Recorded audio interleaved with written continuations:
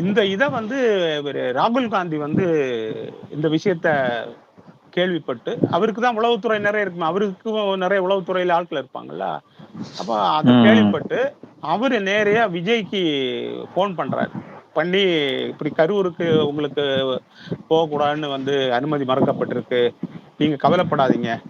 அ நான் வந்து நம்ம 2 பேரும் போவோம். ஏன்னா எனக்கு வந்து எஸ்பிஜி கேட்டகரி அந்த கமாண்டோஸ் இருக்காங்க.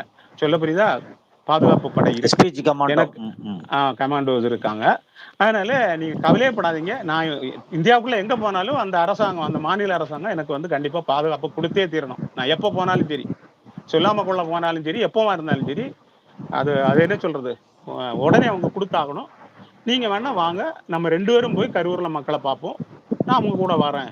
எனக்கு என்னுடைய இதுல பாதுகாப்ப மீறி அவங்க யாரும் ஒண்ணும் பண்ண முடியாது. மாநில அரசாங்கம் வந்து ஏன்னா நான் போறது வந்து இந்த ஸ்பெஷல் கமாண்டோஸ். அது வந்து அ எதிர்க்கட்சி தலைவர்ங்கிற முறையில நான் போறேன். நீங்க வாங்க.